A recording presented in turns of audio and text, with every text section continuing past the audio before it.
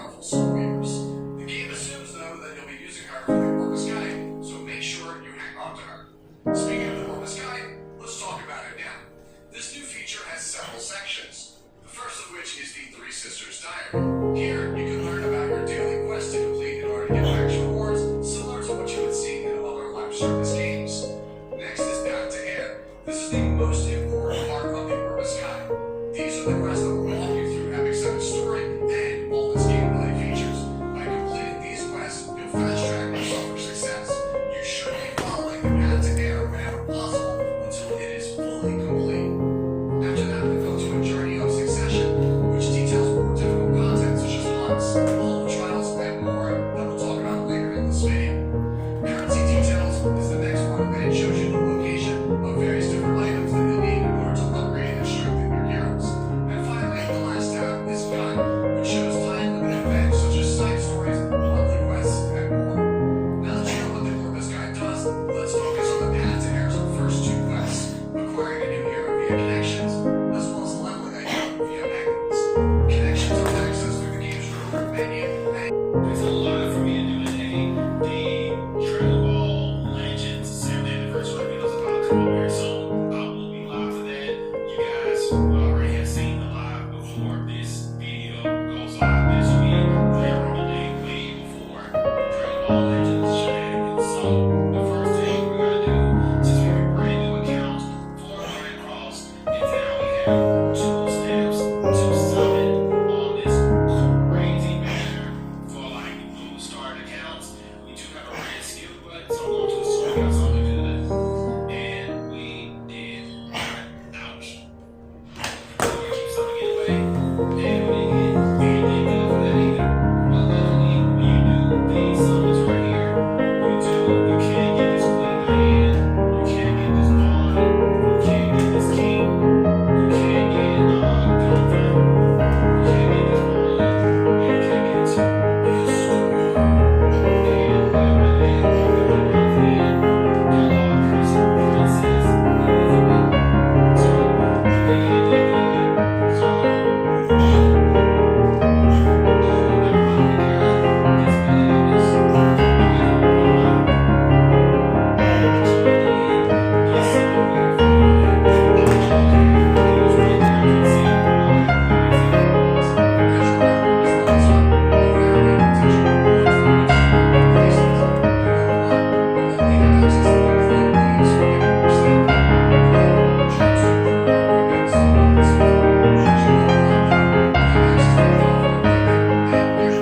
Before the end of each month, you have the ability to claim exactly 1 reward from your accumulated storage. So make sure it's the best one that will help you on your Epic 7 journey. If your slots are full and you come across a better reward with Purifying, don't worry about it. You can hit the manage storage button and delete one that you no longer want to free up space for later.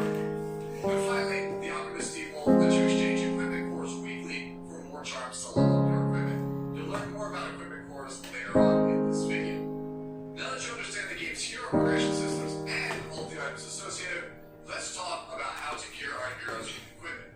Equipment is perhaps the most important aspect of Epic 7. As awesome as a rare 5-star hero can be, it means absolutely nothing without good equipment, and you won't get very far in Epic 7 if you don't understand the system. Upon completing Chapter 4, you must be protected in the 6th world story. You'll unlock the struggles in the current meta again as a learner for this video. Once you reach Chapter 2 of Episode 1, the Corpus Guide will force you to learn 3 new game modes in Labyrinth, Abyss, and Arena in order to progress. So let's talk about each of them step.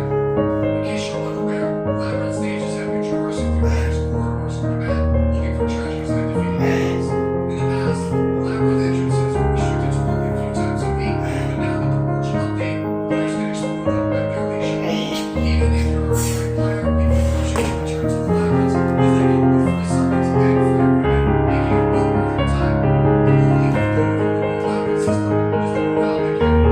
The top left hand corner of your screen is the lower down as you fight and explore. Once it gets to -50, you basically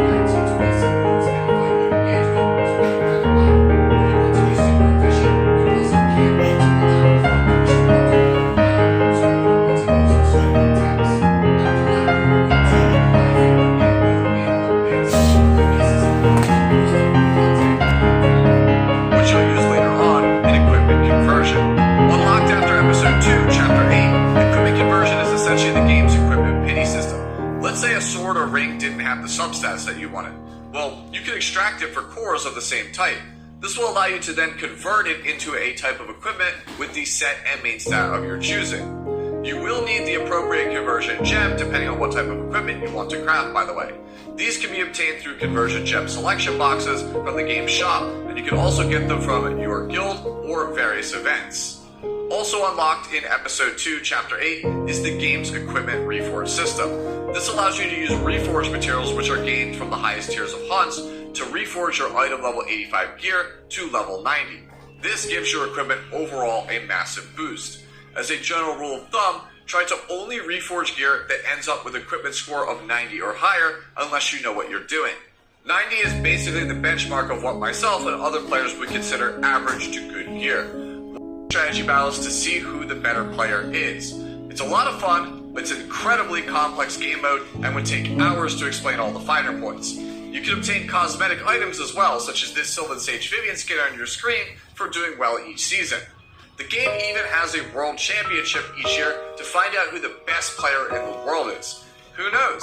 Maybe one day it could be you watching this video. And that is going to do it for my new player guide for Epic 7 in 2025. If you still have any questions, feel free as always to ask them down in the comment section below, or hit me up on my Discord, which is also linked down there as well. You can also find me on my weekly stream segments such as Fix It Friday here on YouTube or over on my Twitch at twitch.tv/IM_TSU. Hopefully this was of some help to you, and as always, enjoy the rest of your day, the rest of your week, and I'll catch a new hero via connections, as well as leveling a hero via penguins. Connections are accessed through the game's recruit menu and give you free heroes to add to your party. Most of the connection heroes in Epic 7 are staple units that you will need to clear some of the game's hardest PvE content, so please don't ignore them. The hero that they start you with is going to be Free Spirit Tieria, who is one of the best early game AoE attackers. She specializes in clearing story content under the episode tab, which is going to make her perfect for a brand new player. Next up, let's explain the game's leveling system. To level up your heroes, simply use this level up button located here and feed penguins to them. If you run out of penguins, a pop-up menu will let you spend stigma to purchase more of them, or you can do so through the game's sanctuary located in the game's main lobby. In case you don't know, stigma is a currency that is obtained simply through spending stamina. If your slots are full and you come across a better reward when purifying, don't worry about it. You can hit the manage storage button and delete one that you no longer want to free up space for the new reward. And finally, the Alchemist Steeple lets you exchange equipment cores weekly for more charms to level up your equipment. You'll learn more about equipment cores in this video. Now that you understand the game's hero progression systems and all of the items associated, let's talk about how to gear our heroes with equipment. Equipment is perhaps the most important aspect of Epic 7. As awesome as a rare 5-star hero can be, it means absolutely nothing without good equipment, and you won't get very far in Epic 7 if you don't understand this system. Upon completing Chapter 4, What Must Be Protected, in the 6th world story, you'll unlock the Ogre's Armory, which is where you will be able to farm your very first equipment. The Ogre's Armory is a level which will allow you to get some powerful early game equipment to help. I mean, we've got all the big fusions. Okay. The boy has got a good leader skill for sure. Not hating that. So we can look at leader skill. Let's look at a super attack effect next. Okay. So, ATP super. These stacks have had no defense. I hate when they do this. I'm sure if he doesn't have defense on super attack effect, he probably has extreme amounts of damage reduction or strong defenses. They only will not be able to defense a super attack effect with that, but even still, you can always get a little bit of extra value to additionals by giving them at least 30% defense right here. But he is stacking attack, boding well for the Red Zones. Remember, like usual, I'll say, people will get antsy in the fancy about the God Festival, but even the Red Zones as well, you're stacking. Stacking is very important. So it's huge that he does have the Great League stacking attack here. Big colossal damage, and then he does lower enemy attack and defense, okay? And then as well, he is 30% attack for return colossal damage and lowers enemy attack and defense. So far so good. Leader skill looks good. And he is also stacking attack. Unfortunately, he's only stacking attack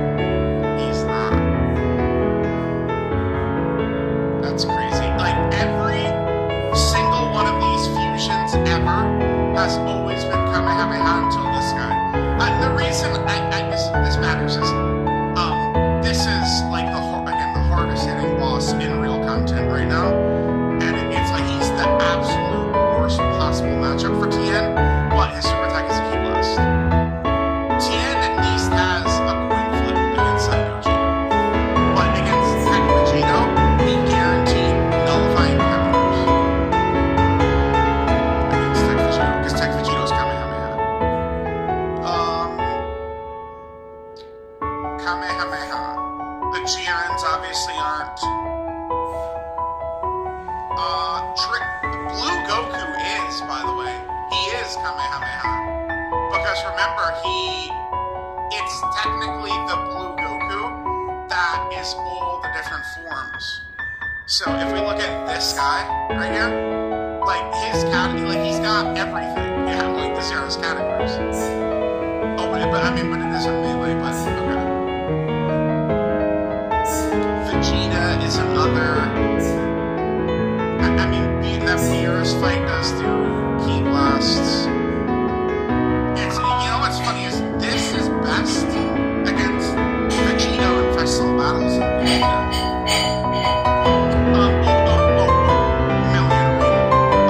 I'm gonna assume that the Million Arena opponents are going to be the Yamcha. You see. This guy.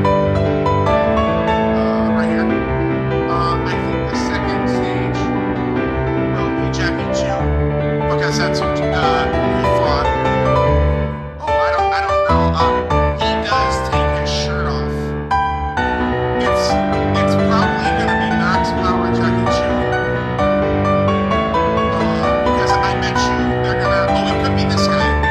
He doesn't do this against Tien, but my guess is that the fight is gonna be like Tien is gonna be designed perfectly for the fight. It could be the show, or it could be this. My point is stage 2 will almost assuredly be a Jackie Chan that's gonna also probably be doing a Kamehameha. And then stage 3 for sure is gonna be Goku. And I would almost guarantee it's probably gonna be it's probably gonna be Gogeta would be a tad scary if you can pass them, because it's very hard to hide from Vegeta, but this Tien would be really good probably against Vegeta.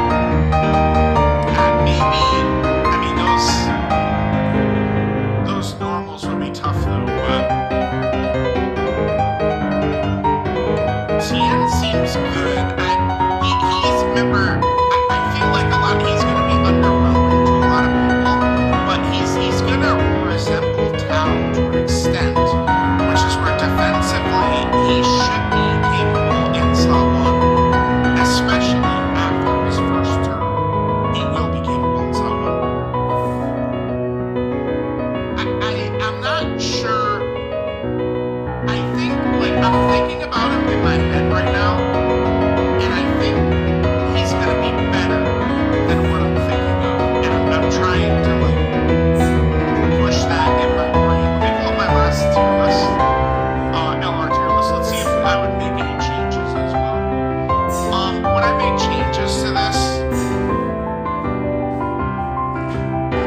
No, this looks fine. Maybe you can bitch and whine, I don't know, starting from Gotenks on, and then another 5 spots past this. You could certainly rearrange those characters, right? Like in Icon, Gohan, Goku, Frieza, and then there'd be a lot of other characters you could talk about kind of in this room, right? That you can kind of move around. But the top is pretty in stone. I don't really feel the need to move these guys. I don't know. Tien.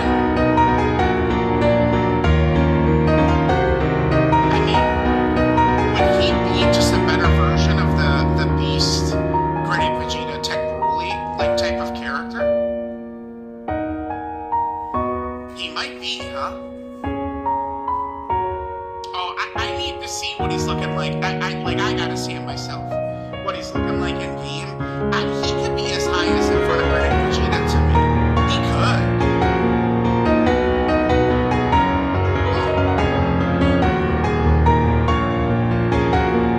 I'm gonna need to see him though. But yeah, I think it'll be like Tao. I bet you I'm gonna pull up Twitter and a lot of people will be like, yeah, not that good. Like they did with Tao. Tao fucking kicks ass, man. And Tien resembles Tao. So yeah,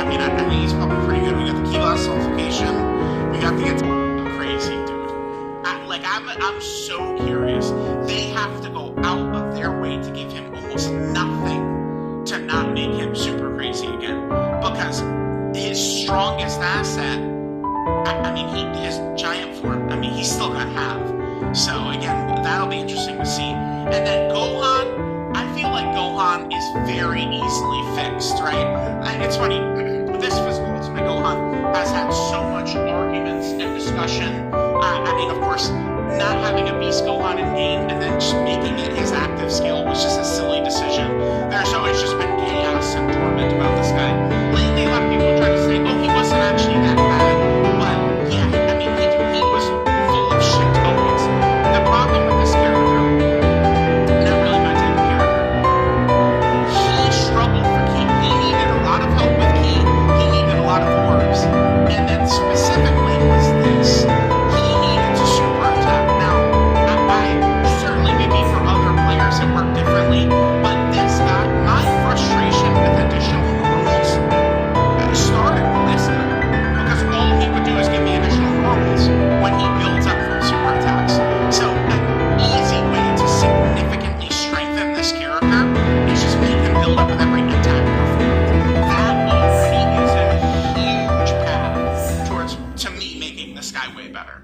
Right? Because this was brutal when him supering and then doing 2 normals was such a common occurrence for me. Right? Like, I'd get the hidden potential system all the time, and then it'd be a normal, right? And then he would get fucking mopped away by some of these bosses, man. It was frustrating. His animations are great, though. I mean, I would, and this always kind of felt like it hit a bit like a feather. I mean, on a turn where he goes crazy and does triple super plus having this active skill, I mean, he's going to amount to a lot of damage. But this should, like, we should do this animation and then just see 999999999 across the screen with this animation, right? That's what we should see. And it should be, to me, I think it should be pretty casual. Like, you know, like he just, like when they EZA him, just 1,000% attack when doing the active skill and guaranteed crit. You know, nothing crazy, just something a little bit light, 1,000% attack and guaranteed crit with active. That's all. Something light. So there's that. We could definitely see Future Saga go huge. We do have these 2 right here. Is it just these 2 for Future Saga? Pretty much, yeah. Looks like it. But remember, back when Dokkan was first starting, that's when Dragon Ball Super was also airing. So they something like that. Like, it typically does show up, manifest itself for a reason. Typically. Sometimes, though, they do just go back and fix some stuff. Now, I don't think I have it in my bookmarks. I didn't really look, but there was a cell, okay? So this would count as something that I think mostly didn't really mean anything. There was a cell. It's this guy right here, who I believe his art for like the first 8 years, he looks like he is not a character who came out with the game's release, but came out later on. I believe for years and years and years, his fingernails were white. Like for 8 years. It was just like an error. Like literally just an error for 8 years. And eventually they gave him his, like they fixed it. They gave him his real fingernails. So, this could just be that. Straight up. Like, actually. And you might then, but then we get very meta. So, why are you making this video? Because there's something going on. Bro, we got nothing, man. Tao, very good. But, I mean, his hype level, he's dropped the game to the lowest interest in the game I've ever seen. Right? Pretty much. I've never seen less interest in the game. A lot of that does have to do with Tao. Certainly, they did not really drop. Like, this week was brutal, and then the Million Arena, I think, is not very good, and that's pretty much all the content. I mean, there are legitimate issues besides just Tao, of course, but, I mean, this is what happens when you drop OG Dragon Ball, right? There's no interest in it. Outside of, 10 loud people on Twitter, no one gives a fuck about OG Dragon Ball, unfortunately. unfortunately. I actually do. Again, I'm someone who grew up on the whole series, but these Zoomers nowadays, these kids, they only care about Dragon Ball Super, bro. That's it. That's all they care about. But with this, I'm going to piggyback this into what if the Global Dokkan Celebration is Daima plus GT? To me, that makes a ton of sense. I do think we're going to see significant Super Saiyan 4 power this year. Like, I dropped a video yesterday. I was literally just sitting there. I was like Gogeta, right? But I wasn't like mean mugging, Omega Shenron. I was sitting here with my arms crossed like, bro, I gotta mind, work your magic. What can we make a video on and talk about that people actually care, right? I was looking for a video that wasn't going to do 2K views or something like that, right? I was looking for something that was actually going to have a little bit of aura to it. And then I was like, a little aura? Super Saiyan 4, dude, of course, right? And I don't think that they're going to drop this guy and give him giant 8 power and then do nothing with it the whole year. Now, here's the thing. They could, right? They could maybe have given that to him with the intention that he's not going to get any help. Maybe he is so busted, so dominant, that they're like, we will make him ridiculously dominant, but he's not also going to have a ridiculously dominant team. Maybe. But I believe we're going to be getting Super Saiyan 4 buffs. So, Daima plus GT to me makes a lot of sense. Right now, I would argue Daima is the most likely for the Global Dokkan Celebration. Of the things people would bring up, to me this seems the one with actual more leaning towards it than anything, right? Like, we could talk about, the Namek ROF idea, which I really like, but what is pointing towards that? Nothing, besides characters whose EZAs are available. There's nothing pointing to it whatsoever. This, though, there is a situation that happened earlier this year, not with him. I don't need this up. With this boy right here. You go back and look, okay? At the start of March, this was at the start of March. I did a video saying this guy is probably going to show up in game, and it was a week and a half later he came, right? I thought he was going to show up for Saiyan Day, and then ended up being a week earlier, right? And my whole premise was, I think people will actually feel large amounts of frustration with the game if this is in the game, as art in the game, but he's not actually a character we can get in game. I think that would really anger people. People wouldn't like it, and I felt like they know this. So when this guy's art starts to show up, I bet he's going to show up in game, and that's exactly what happened. Basically, I'm just kind of thinking the same thing here with some of these Daima characters, right? Goma, do we have is the Goma asset here in this data download? Yeah. Goma. So Goma's a big one because he's an actual boss. He's got a super attack animation and everything, right? And it very easily could be one of these things like Cell Max, where it's gonna, be alongside, Super Saiyan 4 Goku probably in game. I think pairing GT up with it is good. Wow, I've really been typing away in this one. Vector was kind of conning around as, oh my god, the hell scenario. Super Saiyan 4 Vegeta and Omega. I myself, I don't really care. I did a reply to one guy. Yeah, right here. I really like that as Celebration. The GT characters themselves, it doesn't really matter to me. If anything, I think Baby really needs a Dokkan Fest, right? They could do, Super Saiyan 4 Vegeta and then, Baby. I'm not going to pretend that's super, super hype, but I do think that Part 1... by the way, I think it's going to be mini Super Saiyan 4, by the way. I think mini Super Saiyan 4 Goku and Goma, will be fine for a Part 1. They could pretty much do whatever they want to for Part 2. If they open with mini Super Saiyan 4, they could probably fucking do Kid Goku, Demon King Piccolo for Part 2. I don't give a shit, right? But, we gotta start pushing into the big thing that Daima has, which is Super Saiyan 4 Goku. That, it's time to get him in game. And then I think pairing it with GT would work well in terms of flooding EZAs, right?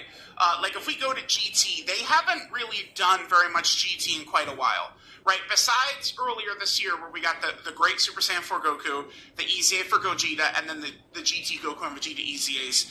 We have many sub-EZAs lined up, many regular EZAs lined up. They could do a huge... GT itself could carry the Global Dokkan Celebration, I mean, they could go so crazy. People don't even realize how nuts they could go. This guy could super easy A. They could super easy A. This guy could regular easy A. This guy could easy A. This guy could easy A. They could easy A, right? These guys could super easy A if they really wanted to go crazy. Maybe this guy too. Like, they actually could drop 10 easy A's from this page right here. That would be pretty insane. Like, it would actually be very hype. And, I mean, I think the other thing they could do right here, let's just pull these two up, right? Because these are kind of, you know, iconic characters. So we have GT bosses, right? And we have GT heroes. You guys think of what I'm thinking? GT. Drop a GT category. It could easily be sustained in game with the way the 200, like the leader skill system works. GT 170%, right? And then, you know, for Omega, GT bosses just get the extra bit to get to 220. You know, for Super Saiyan 4 Gogeta, the, you know, GT heroes get the bit to get up to 220, right? Like, they can use leader skills like that. That's what they should do. They should drop a GT category. A GT category would work, by the way, because of how powerful this link is, right? So, I mean, you know, like Omega and Super Saiyan 4 Gogeta link up fairly decently when they would have, you know, Fierce Battle, Legendary Power, Shocking Speed, probably GT, right? Like, they've got a bunch of links, right? Not the strongest one for Omega with Big Bad Bosses, but you get my point. So, I mean, GT is ready to go. And, I mean, with Daima Goku being a Super Saiyan 4, I think it would work super well. And again, I don't really care what they would do in terms of, like, the GT releases. Like, the major... Here, let me close out some of these tabs, I guess. I don't really care so much... Wait, where's the GT link? Here it is. I don't really care so much which it is. Omega could... Like, a transforming Sin into Omega... Baby is criminally underutilized. I mean, Baby badly needs... like a Dokkan Fest exclusive character. They could certainly do another Super 17 at some point. I do think full power Super Saiyan 4 Goku could be used again. Because remember, we only have, you know, start of turn 1 full power Super Saiyan 4 Goku, which is this guy. I know we have the Int one, which transforms into him, but he's just a regular Super Saiyan 4 Goku, right? So there's just a ton of stuff that I think they could do. So let me know what you guys think. If you think that this means anything, my gut is telling me it probably doesn't. This is like just changing dialogue in this stage probably is not like, oh, like because they're getting ready to add more GT content and stuff like that. Probably not, but I think it's worth talking about that. I think a Daima plus GT celebration would be a massive hit. I think we would get the initial groaning from the people who have their hearts set on whatever they have their hearts set on, but I think the celebration, it's going to end up good regard. Like, unless they do, I think, like, the only celebration that would actually have me, like wow, what are they doing?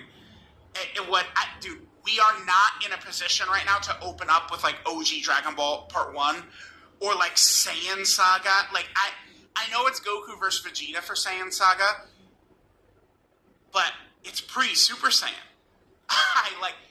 We have done a lot of pre-Super Saiyan stuff this year already. We're Tao Dokkan Fest. We had the Kid Goku Dokkan Fest. We just need Super Saiyan presence in Part 1. Or else, like, interest is just steadily going to go down and down and down. I'm sorry, but, like, it is what it is, right? Like, major celebration, gotta open up with the heat. And then, you know, then we could, you know, talk about anything else after that. So, let me know what you guys think. I'll catch y'all next time.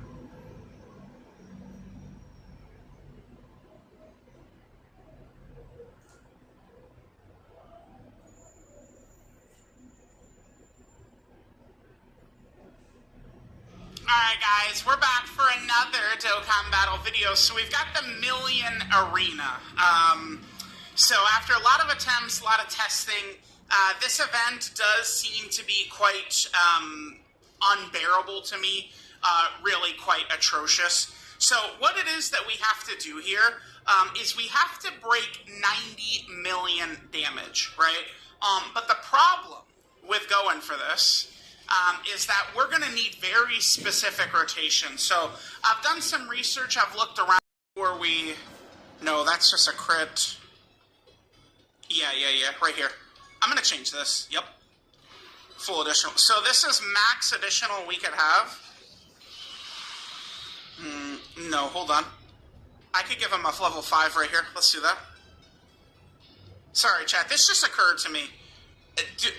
Oh, no, I've got 42 right here. Okay, let's hit this. Because, like, some of these equips are EX anyway. Like, I can mix and match. Yeah, so this is max additional we can have with the 2 attack equips. Actually, wait, no, that's not true. No, yeah. This is 900, yeah, we do this. There we go. Yeah. There we go. That's it right there. That's the one.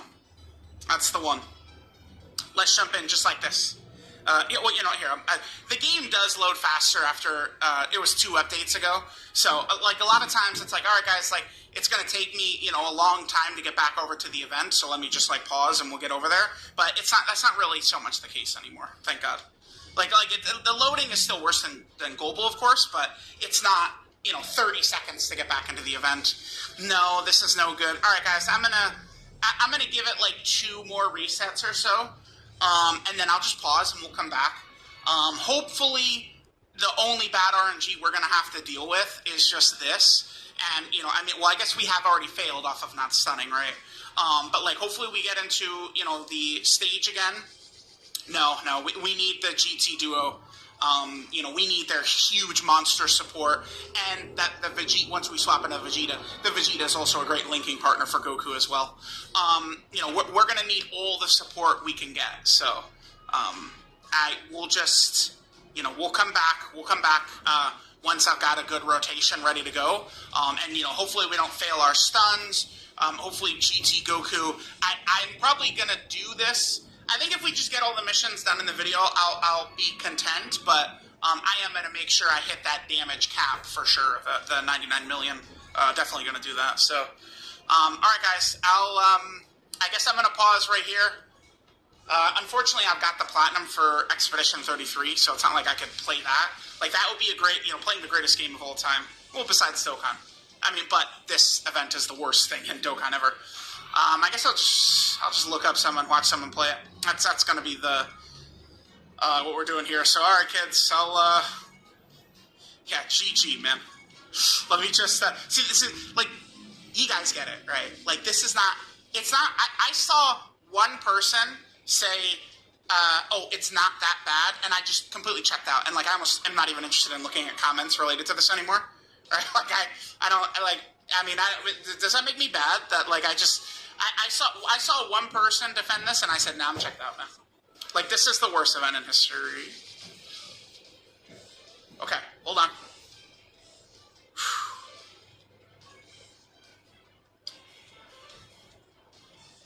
No.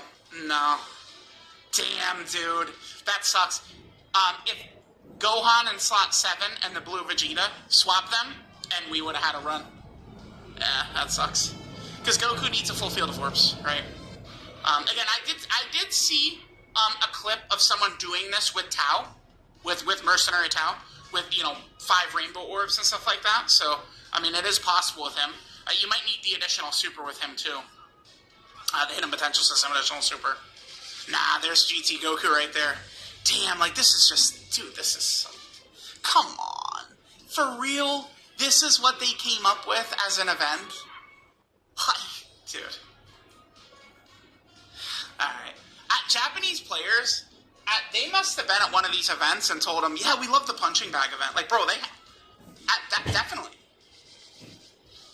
Drop the Family Kamehameha and see the amount of damage we'll get with it. That's an interesting idea. Plus, dude, if I see that freaking blue Vegeta one more time, oof, no way.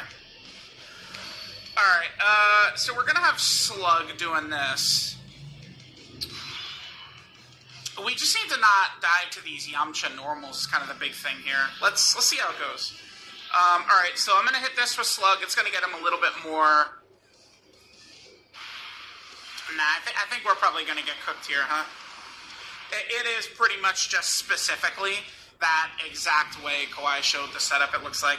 Because, like, we can kind of work through it a little bit better. It's not like we're running the nuking leaders where even one hit will decimate us. Yeah, sure, let's hit this. And then we'll hit this. The thing that's good is we're going to get the full field of orbs next turn, right? So that's going to help us a lot for Cabe. So that means we'll have enough damage, presumably. I don't know if we will. I'm not sure.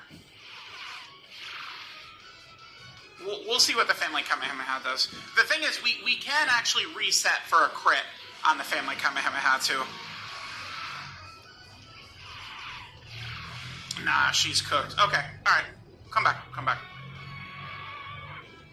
Chat, maybe this'll work. Maybe. I guess it just depends on... Is the Gohan gonna take... Okay, we don't have an orb changer turn 1. Slug is pretty strong. I guess we'll see. Super Saiyan 2 Gohan, there's no way he's taking damage from these normals. Super Saiyan 2 Gohan, like, he's fine. It's a matter of, is the Family Kamehameha going to be able to get enough orbs to be tanky? And is Slug going to be tanky? I can't, like, I don't know. I just cannot get, like, good rotations. Like, it's like you need a very specific setup, and I just, like, it just doesn't give it to me. Like, I think others can kind of just, like, jump in and, get the setup good, and you're good. For me, it just takes hours of, like, resetting to get what I'm looking for. If luck is a skill, that's not exactly a skill I'm very skillful in, if you guys catch my drift. Alright, what's the damage on Gohan right here? I mean, we're okay, as long as Slug is okay. I think he might be. No, probably not. What does this Yamcha do? I think I saw someone say he does 500k normals. Is that what he does? 500k? So... Yeah, we did the prelim one. This is the single match. Yamcha does 400k normals. Prelims. So Yamcha's the exact same in both fights. Yeah, Gohan is fine.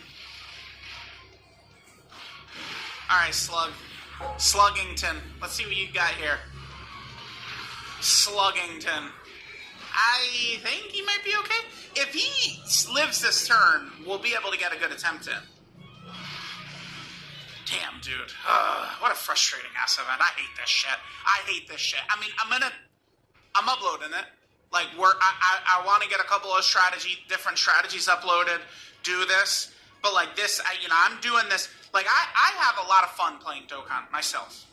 It's easy for me to upload, 75 videos per day all the time because I really enjoy the game. This, though, is fucking torture to me. This is torture. This is torture. Can you believe, dude, sometimes this community, man, drives me crazy, man. I gotta stop reading comments at all. I just, never fucking comment again because I'm not reading it. I saw someone say, oh, you don't like this, but you like Fusion Zamasu, huh? We're comparing this to Red Zone Fusion Zamasu? Some of y'all... Why did he...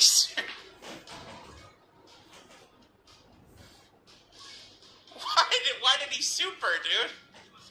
Oh my god, man. Wait, chat, this could be... I think that this could be a run here. Because... The hardest part about this strat is having 2 turns where we're under 50% HP because we just fucking heal back when we get all the orbs. That's the biggest issue. I hate HP threshold fucking bullshit. Alright, let's toss this. So he's stunned right here. So we don't have to worry about him hitting us here. Super Saiyan 2 Gohan will link up a lot better. Let's leave him on rotation. Let's do this. I don't, like, getting orbs and stuff like that on this turn doesn't truly matter. I mean, we just want to get as many orbs as we can right here. Because he is stunned.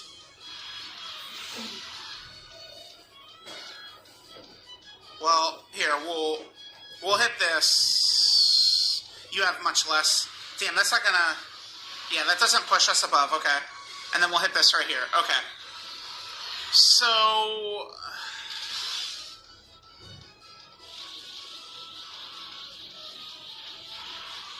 Damn, if only... Like, I feel like we need both full orb changes. And it's just like staying below 50%, man. That shit just ain't happening. God damn it. Bro, wasn't there a run? There was a run where Lord Slug just didn't hit his stuns, right?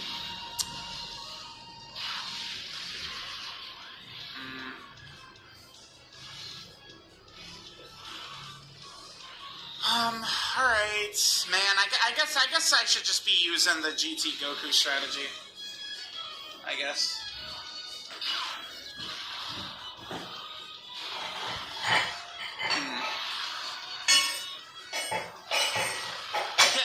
I can't believe Yamcha just cocked back and supered Kabe right there. That was so crazy, too.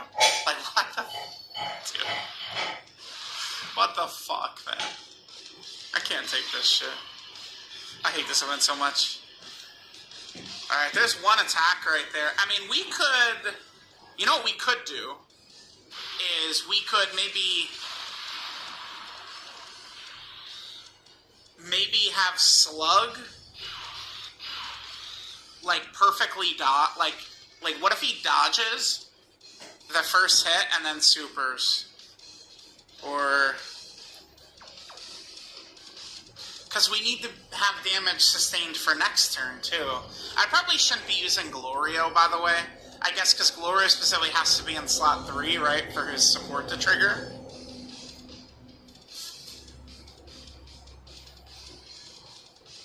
I'm gonna do this. I'm gonna do this. Yeah. Alright, I mean, this is probably silly, but I'm banking on Slug to dodge the first hit. Probably not a good strat. Oh, okay. And then now we stun and we're good. Okay. Sure. Sure, man. Alright, well, please stun, Daddy.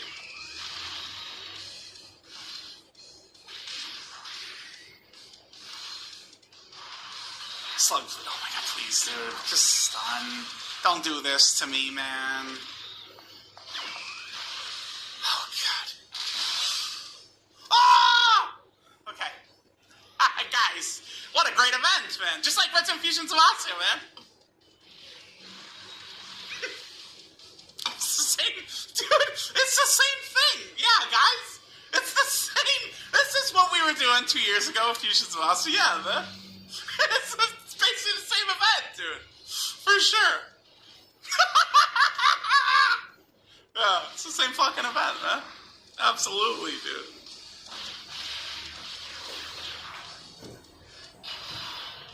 The Mercenary Tau. He is the Dokkan Fest for the end of May / start of June. Last year, that was Physical Rose Goku Black. Now, I mean, we're kind of using the JP timeline as kind of like the canon timeline, so, you know, work with me here. Because I know Rose, remember, came out on Global First during February last year, but this is right when his release was on JP. So, Physical Rose, I mean, I was never as high on him as others.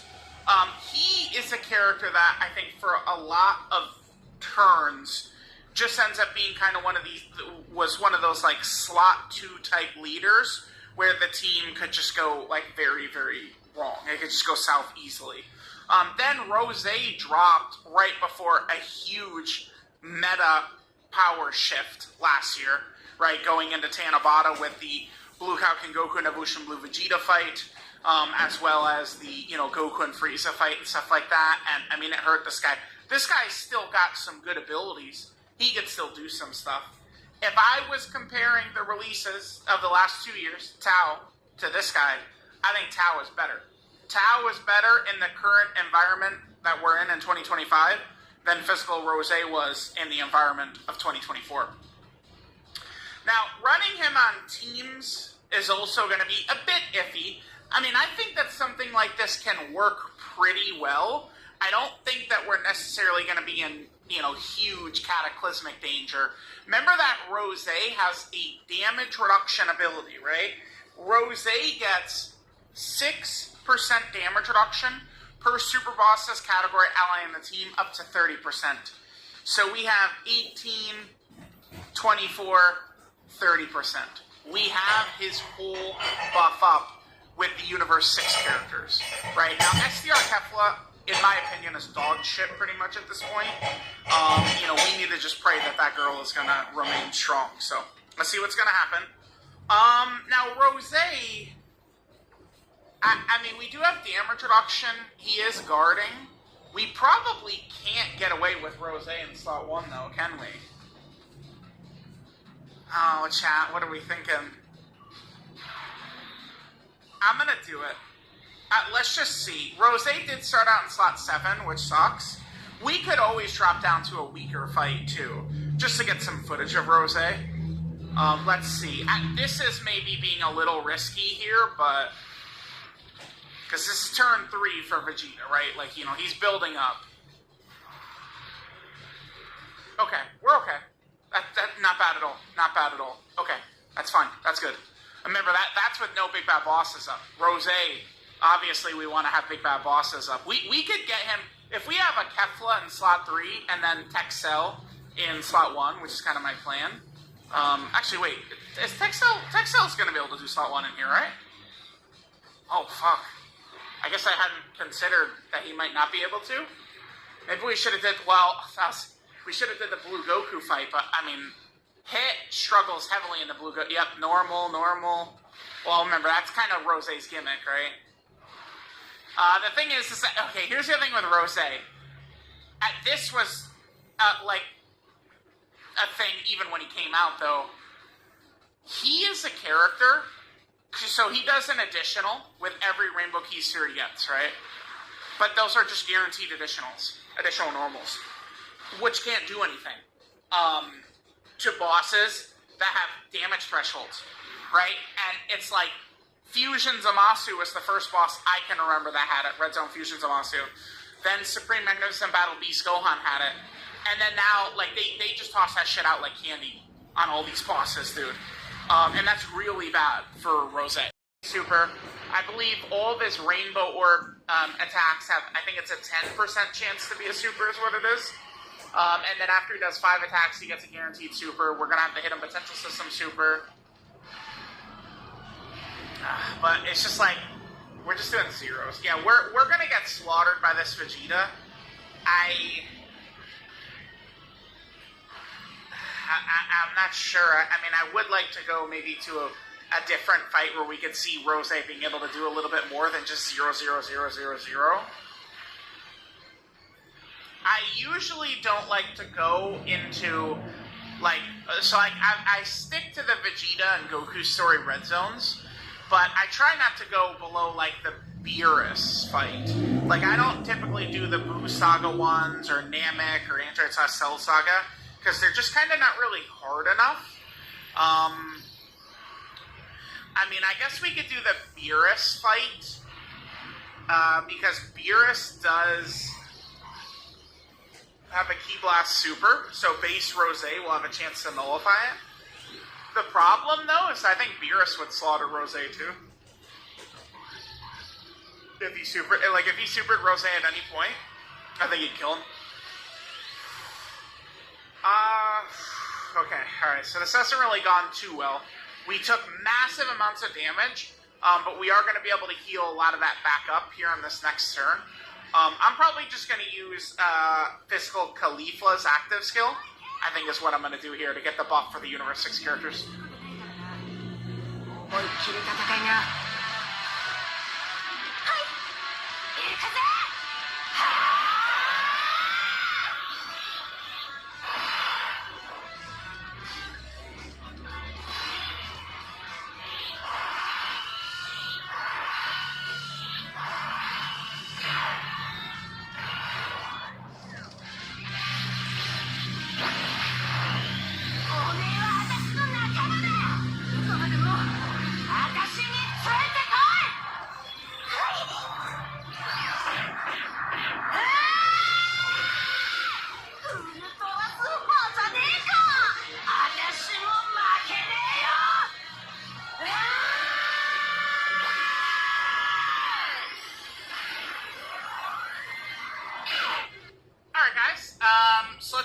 want to do here. Plenty of rainbow orbs for us, but, I mean, damn, I'm tempted to just end this and, like, I don't know, maybe I'll just cut, we'll come back. Oh, you know what I'm going to do, too? Let's just toss this shit. Let's not even give Vegeta a chance to even hit us with any type of attack debuff or none of that bullshit, right? I feel like I at least want to have a good turn with Rose. Man, maybe I'll just go to, like, I don't know. Chad, I don't know. I do not know, bruh. I think, like, okay. Listen. Dodge canceling, in my opinion, is good. It's good that dodge canceling is in the game. But, I mean, it's, when we're running a team like this, the Universe 6 characters are all about dodge. And, I mean, this is probably where we're going to be able to do a balance of, like, for Rose, of Rose performing his best while also having a very good chance of winning, right?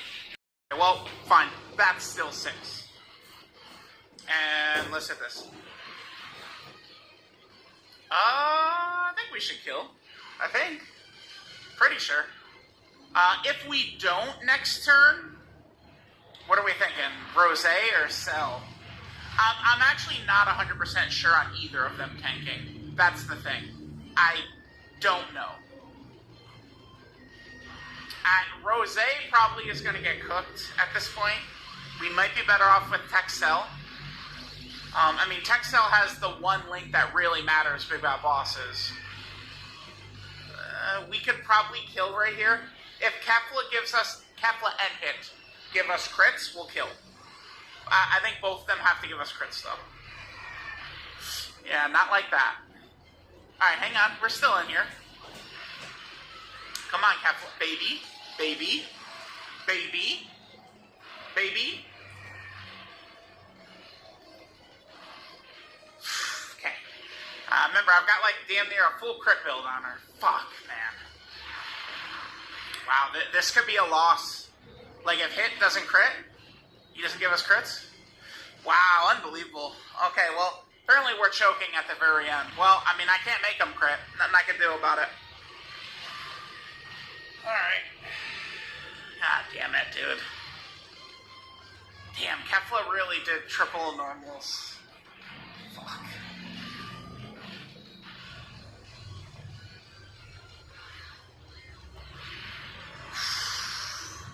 Hit got the crits, though. That was the difference.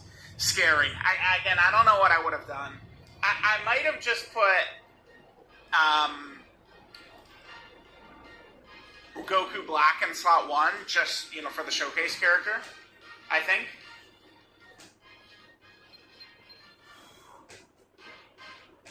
Okay. Alright. Chat, there's Physical Rose.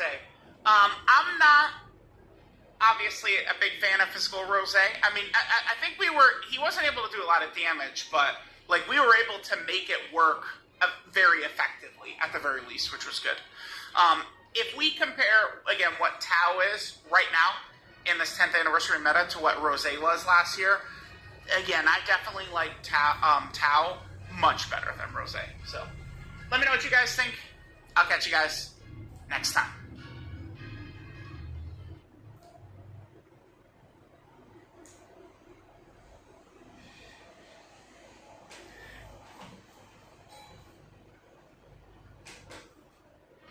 Alright guys, we are back for another Dokkan Battle video. I want to do one of these battle motion kind of like showcases here for Dokkan Fest Gamma 1. You know, he's got a battle motion, so I figured why not go ahead and, you know, do one of these showcases here. I mean, remember, these are mostly for fun, more than anything, right? I mean, that's one of the big things.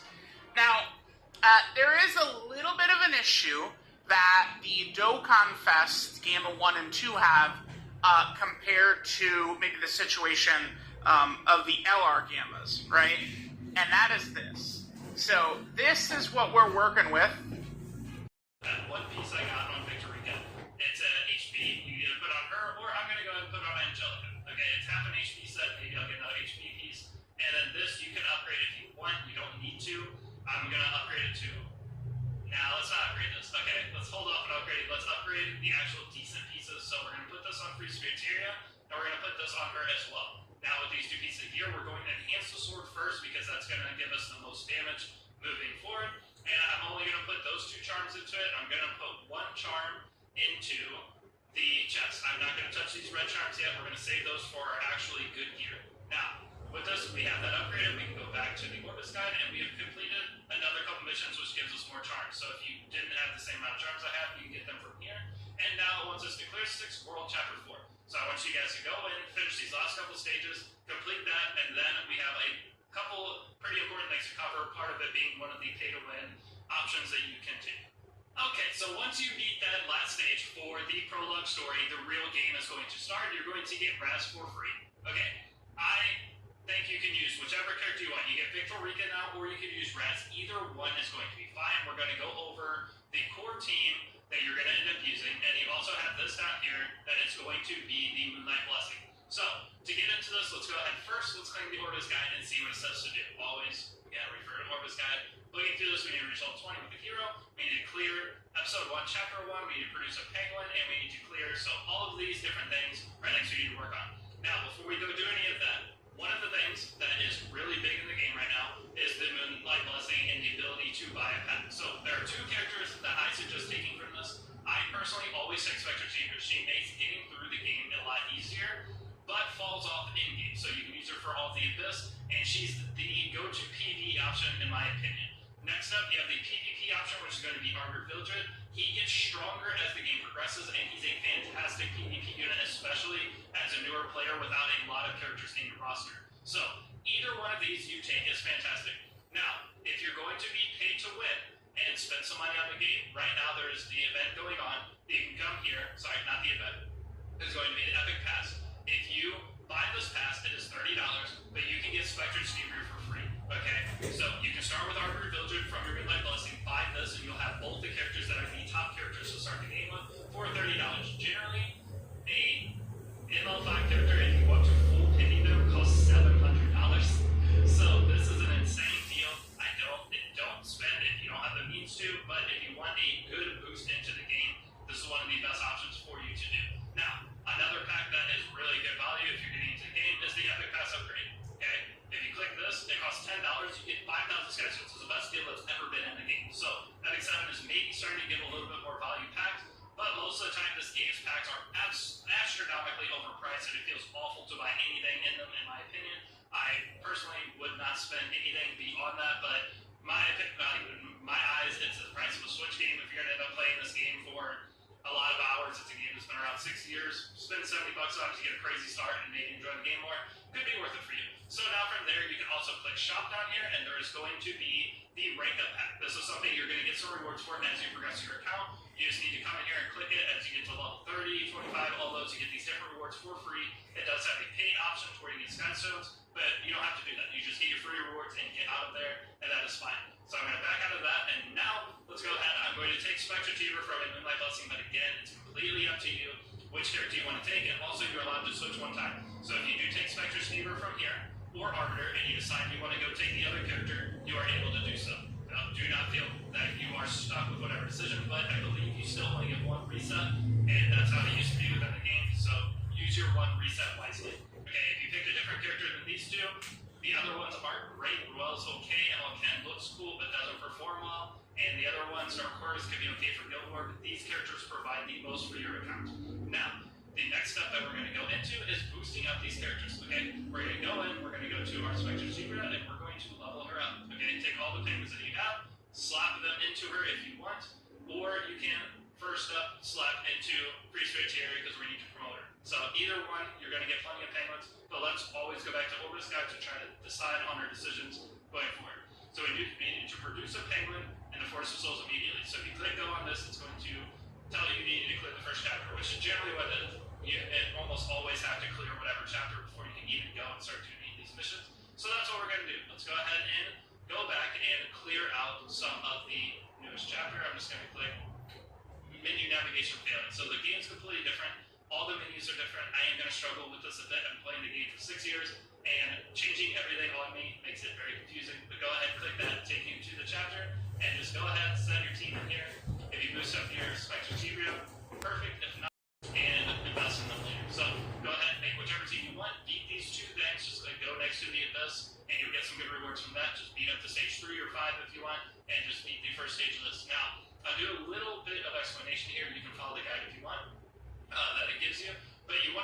increased chest. Okay, that is the important thing within Labyrinth. Are these chests actually give very solid rewards now? So you're going to go over here, grab this chest, and then beat this boss, and then you need to leap through the area. One thing is you can teleport in Labyrinth. So if I were to be standing still, any of the places you visited that have this orange icon, you can click on it and teleport for 3 morale. With the morale, you are able to, every fight you lose, I believe, 7, and every step you take, you lose 1. The higher your morale, the more stats you get to fight. It's a very weird thing in the game. This is the only place that's important. You do get to later harder lap stages, but overall the rewards are great now, and you want to make sure you complete as much as we go along. So that's just a basic, simple explanation. Go ahead and beat this, get to the boss, leave the area next to the boss, grab the chest, and I will meet you back once you go and beat the Abyss Stage 3 as well. Okay, so once you finish Abyss Level 3, again, if you're going to get to Abyss, just click the go icon here. You're going to get some extra rewards. You're going to get a skin for Tyria as well as a bunch of extra charms. So, with those extra charms, I'm going to try to avoid using them as much as possible until we get this gear. Here, we need to clear Ogre's Armory 3 times, so we can go ahead and go do that real quick. So, just go to easy mode.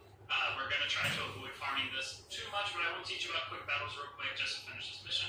I want that to disappear. There you go. So we need to be at 2 times. Quick battles are a way to, once you beat a stage, you can go in and sweep it. Okay, it's a quick beating of whatever you need to do, and it's very nice. You get 10 a day for free, and there's a pack you can buy that gives you an extra 5. But you can go in, rip that, and you can still fail when you do this. If your characters aren't strong enough, or you put the wrong characters, or you turn your skills off for the fight, you could end up failing it, but this is going to give us what we need. And if you look right here, we can go ahead out now and claim that extra gear. And once we claim the gear, it's all pretty solid. It's going to finish up a set for us, giving us additional crit damage as well, which is fantastic. And we're going to have these other missions. And they're just enhanced by 1 time, go and beat Spirit Altar, and then complete arena battles. So before we go do any of that, let's go ahead and put the gear we just got on our free Spirit Tyria. Since she's already skilled up, this is going to be the best that we can do. We'll go ahead and put that on, and we're going to upgrade the boots first. Right side gear is always the most important for upgrading, and for damage dealers, you're going to want to upgrade the sword to get more damage, and for support characters, you upgrade the helmet and chest to keep them alive longer. So we'll go over that in a second, but let's go ahead and upgrade this to +6, and we'll go ahead and upgrade it to +9 actually. So this gear is going to be a decent placeholder for us to get through the game. And now with the sword, the reason is this gives flat attack, whereas helmet gives flat HP. So having a little survivability is nice. So let's just upgrade each different piece of +6, and we'll do a little bit extra on the sword. And this is just to get us to a point where we'll beat things a little bit faster and without taking too much of our current resources to put into other things. So go ahead and put this to +9.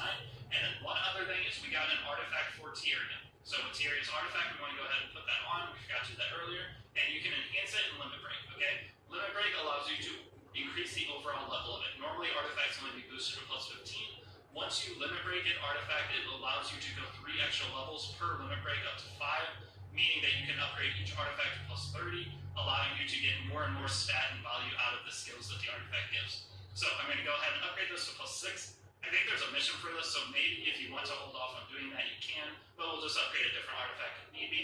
But this overall should be fine. If you did get any HP gear, you can go ahead and throw it on your Angelica. She's our second most priority character, but I wouldn't upgrade either of this. Like, this piece isn't bad. If you do get a piece that you want to mess around with, you can. I don't want to upgrade this too much because if you're following along and you don't have a piece, then I don't want to have too much more stat than you. In terms of artifacts, if you get any artifacts, you can also equip. So this is a 4-star Soul Weaver artifact. It's not bad. You can throw that on. And then we have this 3-star artifact here. Anything extra that you've gotten if you do have the summons. If not, you don't need these artifacts. It's not going to be a big deal regardless. So that is the first mission though. Next up, we're going to go back to Orvis Guide. Claim that gives us some extra charms. And I want you to go beat Spirit Altar 3 times, and